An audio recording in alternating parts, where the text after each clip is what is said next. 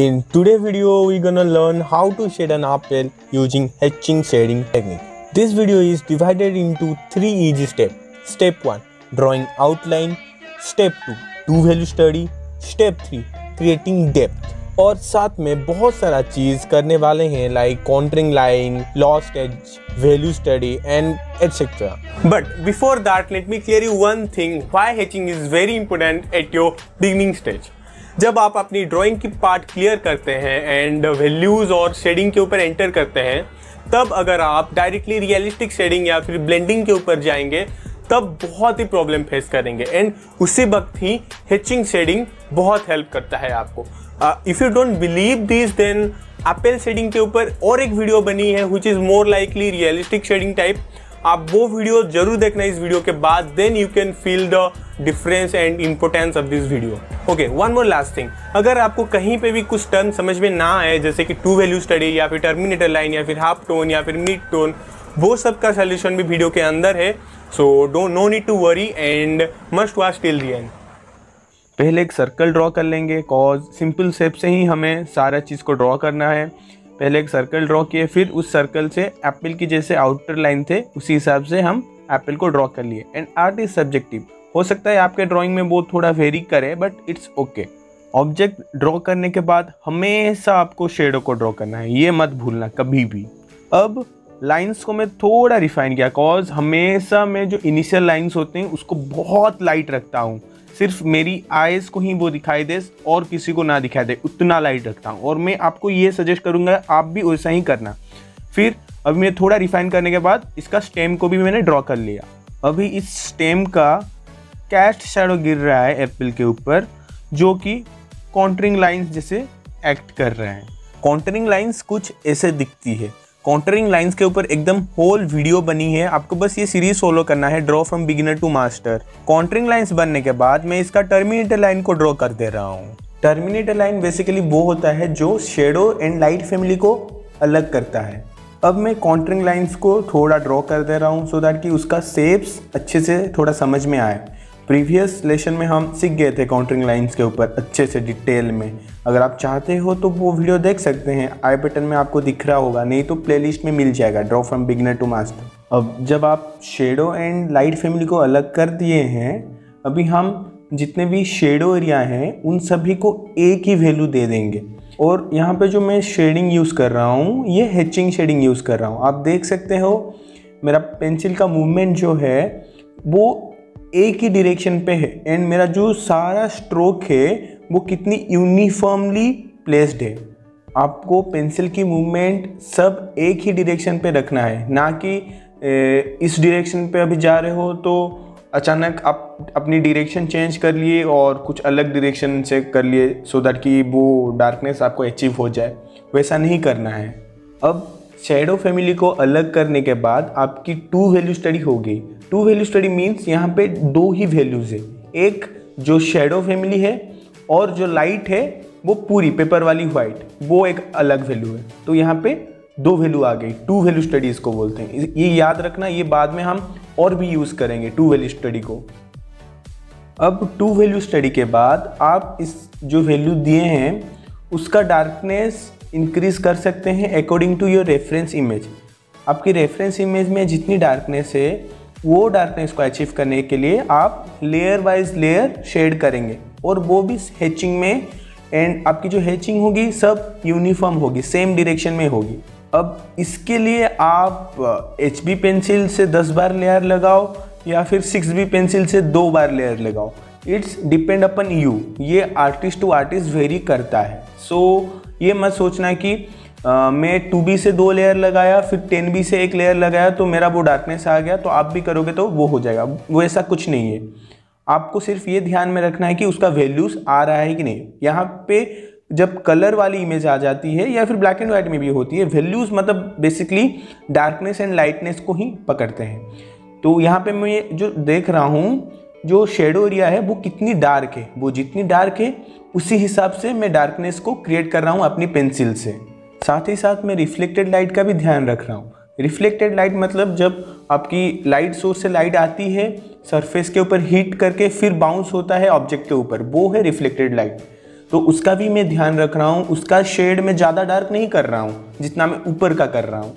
आप ये कर सकते हैं, नहीं तो आप पूरी सेम फ्लैट वैल्यू दे सकते हैं, फिर आप इरेजर से उसको लाइट कर सकते हैं। सो ये आपका तरीका है और ये मेरा तरीका कि मैं नीचे की तरफ थोड़ा हल्का लाइट प्रेशर से रखता हूँ। यहाँ पे जो सेक्शन पे शेडो एंड ऑब्जेक्ट का मीट हुआ है, वहाँ पे मैं ये वाली सेक्शन पे एज को थोड़ा हार्ड कर रहा हूँ और ऊपर मैं उसका एक लॉस्ट एज क्रिएट कर रहा हूँ। मतलब शेडो का वैल्यू एंड ऑब्जेक्ट का वो वैल्यू पूरी मैच हो जाएगी, पूरी एक लगेगी, उसको बोलते हैं लॉस्ट एज। आप ये लॉस्ट एज वाली चीज़ को लाइटली मत लेना। इसका अगर फंडा आप सही में समझ गए ना, आप अपनी ड्राइंग में वो फोकल पॉइंट ला पाएंगे। जैसे कि ये कुछ एग्जाम्पल, यहाँ पे पोर्ट्रेट का फोकल पॉइंट क्रिएट किया गया है पोर्ट्रेट के फीचर्स के ऊपर, आईज एंड नोज, और वो लॉस्ट एज क्रिएट किया गया है हेयर्स एंड वो लेफ्ट साइड वाली जितनी एरिया है। तो यहाँ से आप इसकी इम्पोर्टेंस समझ सकते हैं। और एक एग्जांपल ये फिगर्स, तो ये लॉस्ट एज वाली टेक्निक ना हर जगह पे यूज़ होती है। इसकी स्टेम की जो कैस्ट शैडो है उसको भी अभी शेड कर लेंगे। अब हमारा एक ही चीज़ बचा है, वो है हाफ टोन्स। हाफ टोन वाली एरिया जो ब्लू लाइन्स में कवर हुई है वो है हाफ टोन एरिया, तो उसको भी हम वही सेम हैचिंग टेक्निक से ही शेड कर लेंगे और हाईलाइट को एरिया को छोड़ देंगे। अब मुझे ये लेफ़्ट साइड वाली लाइन को थोड़ी लाइट करनी है, तो इसलिए नीडेबल इरेजर से थोड़ा लाइट कर दिया उसको। वही सेम लॉस्ट एज क्रिएट कर रहा हूँ। मैं ये स्टेम की कैस्ट शैडो को थोड़ा डार्क कर रहा हूँ, सो दैट कि मैं इसको चाहता हूँ कि ये थोड़ा पॉप आउट होके निकले। फिर ऊपर की जो एरिया है उनमें भी वही वैल्यूज़ को अच्छे से जज करके वैसे ही हैचिंग से ही शेडिंग कर लेनी है। फिर से मैं बोल रहा हूँ, वैल्यूज़ मतलब आपको एक चीज़ ध्यान में रखना है कि वो कितना डार्क है और कितना लाइट है, उसी हिसाब से आपको अपनी वैल्यूज़ जज करनी है और ड्रॉ करनी है। एप्पल की ये जो स्टेम है इसमें भी एक टर्मिनेटर लाइन क्रिएट हो रही है, मैं इसमें भी एक टर्मिनेटर लाइन ड्रॉ करूँगा। फिर वही सेम जैसे एप्पल का शेड्स दिए वो स्टेम का भी वैसे ही शेड्स दे देंगे। सब कुछ करने के बाद एंड में मैं इरेजर से जो ये हाफ टोन वाली एरिया है, जो मिड वैल्यूज़ है, उनमें कहीं कहीं प्लेस में थोड़ी डार्कनेस बढ़ गई है, तो मैं इसको इरेजर से थोड़ी लिफ्ट कर दे रहा हूँ और हाईलाइट को भी थोड़ा रिडिफाइन कर दिया। आपकी कोशिश रहे कि आप इरेजर को अपनी वो इनिशियल स्टेज में, जैसे कि शेप्स बनाएं, जो बेसिक शेड्स दे, उस टाइम यूज़ ना करें। मैं इरेजर को सबसे एंड में ही जाके यूज़ किया, क्योंकि अगर मैं उस टाइम करता तो मेरी गलती ज़्यादा कवर अप हो जाते, तो उससे मैं ज़्यादा सीख नहीं पाता। इसलिए आपको इरेजर को एट द एंड में जाकर यूज़ करनी है। और हाँ, अगर आप पहले कर रहे हो या फिर कुछ प्रॉब्लम हो रहा है आपको, तब आप इरेजर यूज़ कर सकते हैं। मैं ना आपको एक बहुत ही सही ट्रिक बताने वाला हूँ। आप कभी कभी ड्रॉ करते वक्त ये फेस किए होंगे ना कि आप में वो डार्कनेस सही नहीं आता है या फिर आपका वो वैल्यूज सही नहीं आता है। तो अगर आप ये करेंगे तो आपका बहुत हेल्प होगा। मान लो कि मुझे अभी इस वैल्यू इस डार्कनेस पे करनी है, तो मैं क्या करूँगा, मैं डायरेक्ट ड्राइंग के ऊपर नहीं करूँगा, मैं साइड में पहले एक शेडिंग करूँगा, पहले एक वैल्यू स्टडी करूँगा, एक छोटा सा बॉक्स में उस जैसे डार्कनेस क्रिएट करने का कोशिश करूँगा। उसी तरह ही अब ये वाली वैल्यूज़ को शेड करते हैं। वही सेम 10B पेंसिल ही यूज़ कर रहा हूँ। 10B पेंसिल से एकदम लाइट शेड में करूँगा। सब हाथ की खेल की प्रेशर है, बस आपको धीरे धीरे स्लोली लेयर वाइज लेयर करनी है। जो लाइट वैल्यूज़ रहते हैं ना, उन पे थोड़ा ज़्यादा ध्यान दे के करना होता है। उसी तरह और एक वैल्यूज़ को हम लेंगे, जैसे कि ये ऊपर वाला को लेंगे, अभी हम इसको करेंगे। वही सेम पेंसिल यूज़ कर रहा हूँ 10B।